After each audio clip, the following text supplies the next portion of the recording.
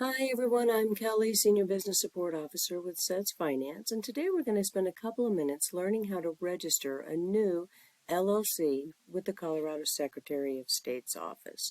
And before we get started, I want to point out a couple of important links. We'll be registering our new LLC with the Colorado Secretary of State at this website here, and the cities of Aurora and the City and County of Denver both require businesses to register their entity with that jurisdiction. You can find those web addresses here. If you do business in another jurisdiction outside of Aurora or the City and County of Denver, you might inquire whether that's a requirement for you or not. And the U.S. Treasury Department is now requiring small business owners to report their beneficial owner information. It's a simple report at this website on the screen here.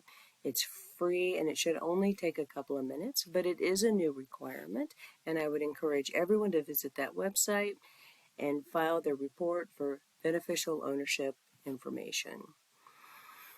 So one of the reasons that we want to incorporate an LLC are for the protections that it would provide. The protections being the separation between our personal assets, such as our home or cars, and our business assets, such as equipment or inventory. To ensure that the protections offered through an LLC remain in place, business owners are encouraged to complete an operating agreement. It's a document that tells how decisions in the company are made. You can get a simple template from the Denver Public Library. You don't need to be a resident of Denver to get a virtual library card. And when you're on Denver Public Library's website, you'll look for a tab called Research, and under that you'll look for legal forms, or GALE, G-A-L-E, and you'll find a simple template to complete an operating agreement for your new LLC. Your personal finances and your business finances is another important step in ensuring that the protections afforded through registering an LLC remain in place. Again, that's separating your personal and business finances, opening a business bank account, tracking transactions, tracking your revenues and your expenses, and considering an owner's draw. An owner's draw is like a salary. You pay yourself every month or every 2 weeks. It's a set amount of money that you take out of your business bank account into your personal bank account to pay for personal expenses. We're going to visit the Colorado Secretary of State's website in just a minute, but before we do, one of the requirements after we register an LLC is to file a periodic report. A periodic report is due every year and it costs $10. And the Colorado Secretary of State has a free service where you can give them your phone number or an email address, and they'll text you reminders the month before your periodic report is due and the month during your anniversary month. Your anniversary month is the month that your LLC was incorporated. They're both easy to subscribe to through the Secretary of State's website. So now we're going to go to the Secretary of State's website. I'm going to type in Secretary of State in the search bar, and we're going to locate here as the first option. So I'm going to know that I'm on the right website because it's going to say sos.state.co.us in the address bar.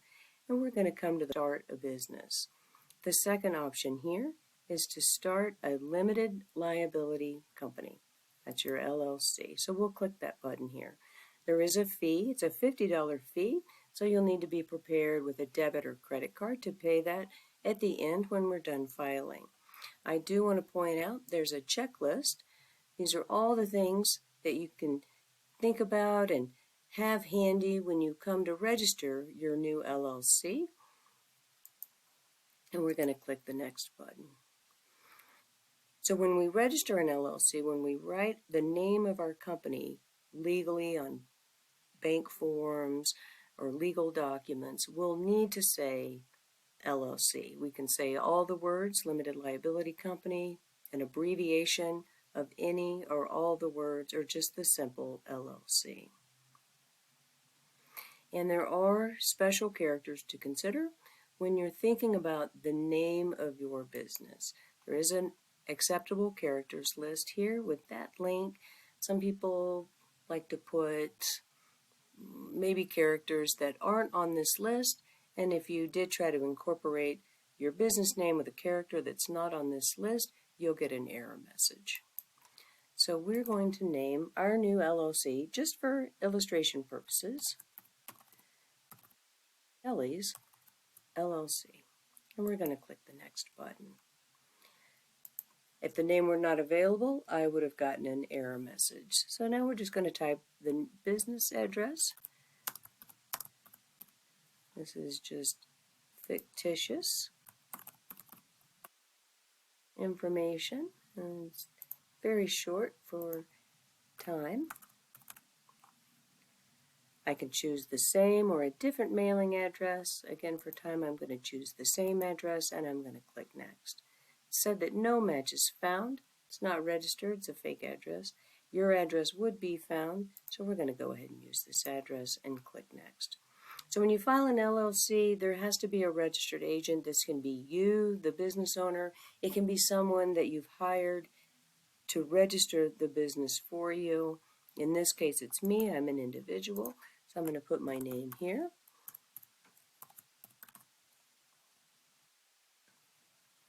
And I'm going to use the same address as I used before. Again, for the mailing, I'm going to use the same address. And I have agreed to be the responsible person should the Colorado Secretary of State's office need to communicate with me about my business. If your registered agent were different from you, the Colorado Secretary of State would communicate with your registered agent instead of you. In this case, I have agreed, and I'm going to click next. So an LLC can be a single member LLC or a multiple member LLC. In this case, we have members and not managers, people that are chosen to make day-to-day decisions. As me, the sole business owner, I'll make all the decisions, so I'm going to click this one. There is at least one person, that's me, and I'm going to click the next button. These are legal documents that we're filing. The person filing the form is an individual. Again, I'm going to put my name here.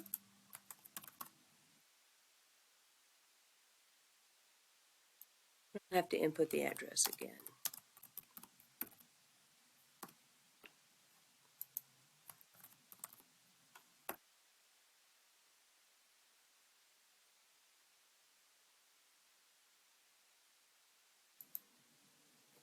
This is not a real address registered with the post office, but yours will be, and you would click that option there. So I'm going to go ahead and use this address.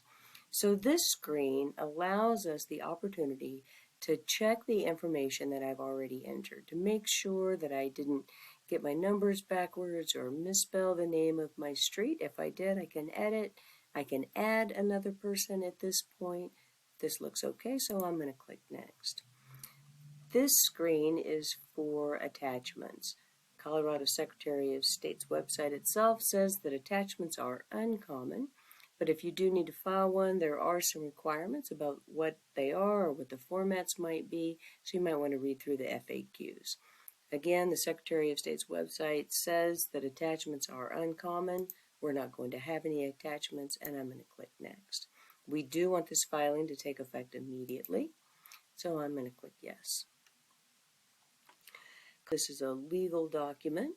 This page is an attestation that you affirm that the information that you have entered is true and correct to the best of your knowledge. You're going to click this button here that you understand, and the same person forming is the same person filing. Again, I have the option to correct any information or add another filer. This looks okay for our purposes, and I'm going to click next. On this screen, like I mentioned earlier, we can sign up for email notifications. You would enter your email a couple of times here, and they'll send you that notification. You can enter your cell phone a couple of times here, and they'll send you a reminder also.